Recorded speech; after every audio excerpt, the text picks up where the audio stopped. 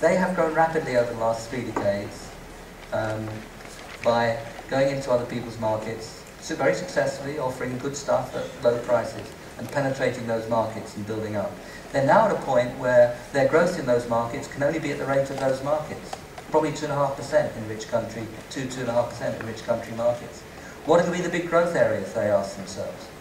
Basically, they've got two answers. One is domestic consumption, and one is in green technologies. They're going for it. They are really committing themselves to the big growth area of the future. They've looked ahead. They think they recognize it, and I think the rest of us think that they're right. And that is a big growth area of the future. When we ask the question, who is going to face these tariffs from dirty production? I think it's the United States. It's not China. And that is what the world is likely to look like 5 or 10 years from now. Some senior people in the US, I know who they are, but I can't say who they are, have put it this way. They've said, look, we're going to be pressing China for 5 years. After that, we're going to be running to catch up. And I believe that is a sensible analysis of the way things have moved in China over the last couple of years.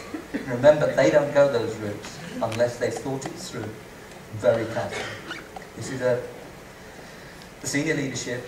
Many of them have engineering degrees from Tsinghua University, one of the real elite institutions. They work it out.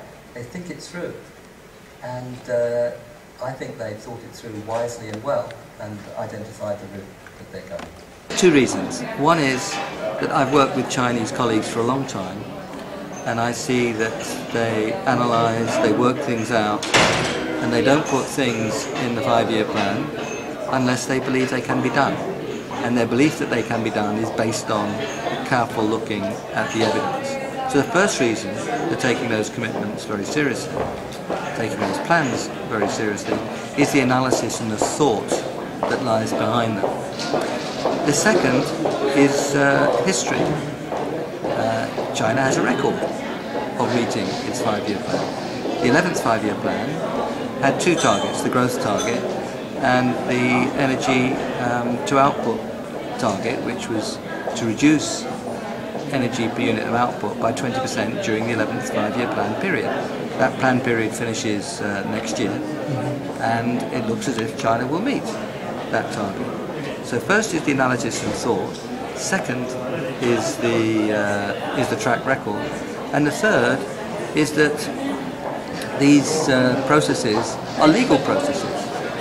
When the National People's Congress, about 15 or 16 months from now, at the beginning of 2011, takes a decision on the 12th 5-year plan, then that decision will become law, and it will have enforcement mechanisms so that people in China have the incentives to follow those policies which are set after careful consideration and discussion by the government. So there's those three reasons: careful analysis, track record, and the legal position of the plans and the policies.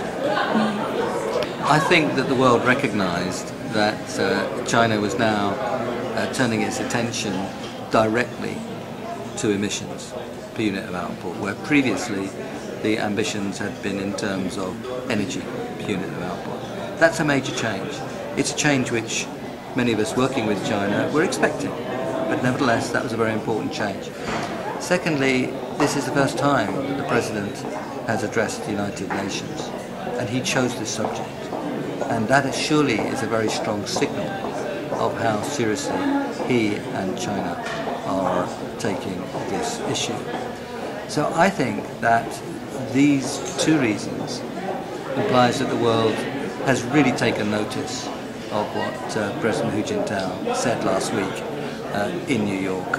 And he said it in the context of working towards an agreement in Copenhagen. So that we saw it all in the world as a whole as a signal of China's strong commitment to getting a sensible global agreement, a responsible global agreement to cut emissions strongly at Copenhagen.